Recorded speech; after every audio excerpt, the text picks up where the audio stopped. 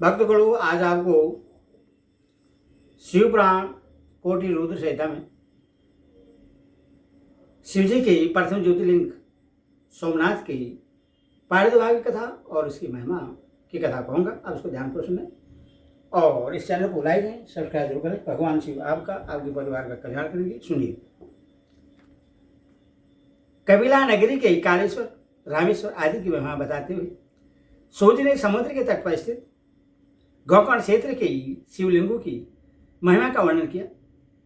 फिर महाबल नामक शिवलिंग का अद्भुत महात्म सुनाकर अन्य बहुत से शिवलिंगों की विचित्र महात्म कथा का वर्णन करने के पश्चात ऋषियों के पूछने पर वे ज्योतिर्लिंगों का वर्णन करने लगे।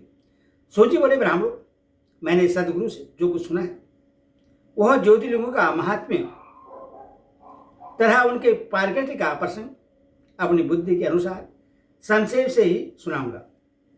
तुम सब लोग सुनो। मुने, ज्योतिर्लिंग में सबसे पहले सोमनाथ का नाम आता है, अतः पहले उन्हीं के महात्म्य को सावधान होकर सुनो। मुने सुनो। महामना प्रजापति दक्ष ने अपनी अश्विनी आदि 27 कन्याओं का विवाह चंद्रमा के साथ किया था। चंद्रमा को स्वामी के रूप में पाकर वे दक्ष कन्याएं विशेष शोभा पाने लगी तथा चंद्रमा भी उन्हें पत्नी के रूप में पाकर निरंतर सुशोभित होने लगे। उन सब पत्नियों ने भी रोहिणी नाम की पत्नी थी। एकमात्र वही चंद्रमा को जितनी प्रिय थी उतनी दूसरी कोई पत्नी कदापि प्रिय नहीं हुई। ऐसी दूसरी स्त्रियों को बड़ा दुख हुआ।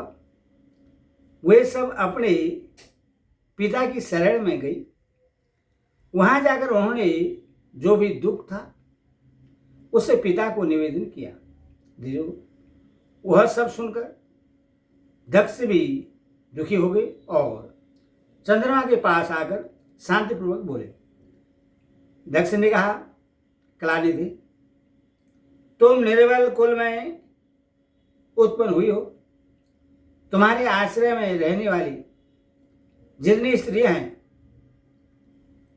उन सब के प्रति तुम्हारे मन में न्यूनाधिक भाव क्यों है? तुम किसी को अधिक और किसी को कम प्यार क्यों करते हो? अब तक जो किया सो किया, अब आगे फिर कभी ऐसा विषमतापूर्ण बर्ताव तुम्हें नहीं करना चाहिए, क्योंकि उसे नरक देने वाला बतलाया गया है। सूर्य कहते हैं, महर्षियों, अपने दामाद चंद्रमा से स्वयं ऐसी प्रार्थना करके प्रजापति दक्ष घर को चले गए। उन्हें पूर्ण निश्चय हो गया था कि अब फिर आगे ऐसा नहीं होगा, पर चंद्रमा ने प्रबल भावी से विवश होकर उनकी बात नहीं मानी। वे रोहिणी में इतना आसक्त हो गए थे कि दूसरी किसी पत्नी का कभी आदर नहीं करते थे। इस बात को सुनकर दक्ष दुखी हो फिर स्वयं आकर चंद्रमा को उत्तम नीति से समझाने तथा न्यायोचित बर्ताव के लिए प्रार्थना करने लगे। दक्ष बोले, चंद्रमा सुनो, मैं पहले अनेक बार तुमसे प्रार्थना कर चुका हूं, फिर भी तुमने मेरी बात नहीं मानी। इसीलिए आज सांप देता हूं कि तुम्हें सह का रोग हो जाए। सूर्य कहते हैं, दक्ष के इतना कहते ही क्षण भर में चंद्रमा सह रोग से ग्रस्त हो गए। उनके क्षीण होते ही उस समय सब और महान हाहाकार मच गया। सब देवता और ऋषि कहने लगे कि हाय हाय, अब क्या करना चाहिए? चंद्रमा कैसे ठीक होंगे? मुने, इस प्रकार दुख में पड़कर वे सब लोग विहल हो गए। चंद्रमा ने इंद्र आदि सब देवताओं तथा ऋषियों को अपनी अवस्था सूचित की तथा इंद्र आदि देवता तथा वशिष्ठ आदि ऋषि ब्रह्मा जी की शरण में गए। उनकी बात सुनकर ब्रह्मा जी ने कहा, देवताओं, जो हुआ सो हुआ। अब वह निश्चय ही पलट नहीं सकता। अतः उसके निवारण के लिए मैं तुम्हें एक उत्तम उपाय बताता हूँ। आदरपूर्वक सुनो। चंद्रमा देवताओं के साथ परभाज नामक शुभ क्षेत्र में जाएं और वहाँ मृत्युजय मंत्र का विधिपूर्वक अनुष्ठान करते हुए भगवान शिव की आराधना करें। अपने सामने शिवलिंग की स्थापना करके वहाँ चंद्रदेव नित्य तपस्या करें। इससे प्रश्न होकर शिव उन्हें सरहित कर देंगे। तब देवताओं तथा ऋषियों के कहने से ब्रह्मा जी की आज्ञा के अनुसार चंद्रमा ने वहां 6 महीने तक निरंतर तपस्या की। मृत्युंजय मंत्र से भगवान विष्णुध्वज का पूजन किया।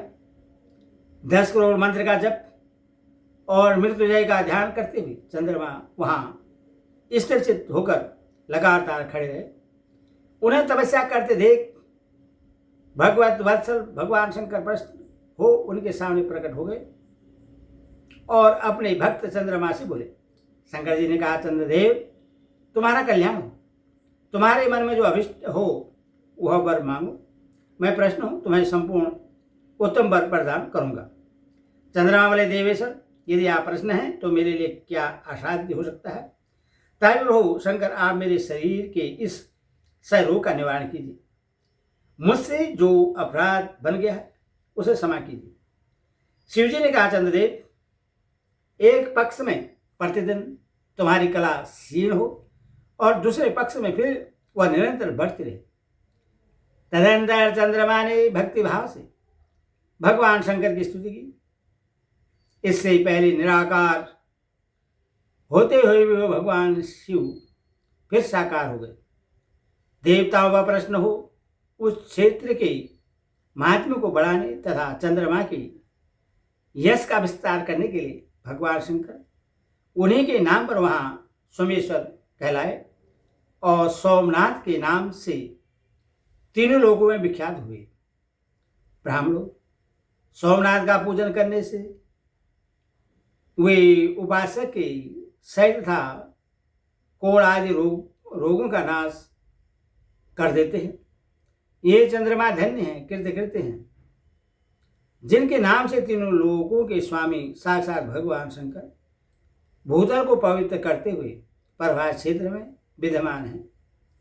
वहीं संपूर्ण देवताओं ने सोमकुंड की भी स्थापना की है, जिसमें शिव और ब्रह्मा का सदा निवास माना जाता है। चंद्रकुंड इस भूतल पर पाप नाशन तीर्थों के रूप में प्रसिद्ध है। जो मनुष्य उसमें स्नान करता है वह सब पापों से मुक्त हो जाता है। क्षय आदि जो असाध्य रोग होते हैं वे सब उस कुंड में 6 मास तक स्नान करने मात्र से नष्ट हो जाते हैं। मनुष्य जिस फल के उद्देश्य से इस उत्तम तीर्थ का सेवन करता है उस फल को सर्वदा प्राप्त कर लेता है, इसमें शेष नहीं है। चंद्रमा निरोग होकर अपना पुराना कार्य संभालने लगे। इस प्रकार मैंने सोमनाथ की उत्पत्ति का सारा प्रसंग सुना दिया। मुनीश्वरों, इस तरह सोमेश्वर लिंग का प्रादुर्भाव हुआ है। जो मनुष्य सोमनाथ के प्रादुर्भाव की इस कथा को सुनता अथवा दूसरों को सुनाता है वह संपूर्ण अभिष्ट को पाता और सब पापों से मुक्त हो जाता है। ओम नमः शिवाय, ओम नमः शिवाय, ओम नमः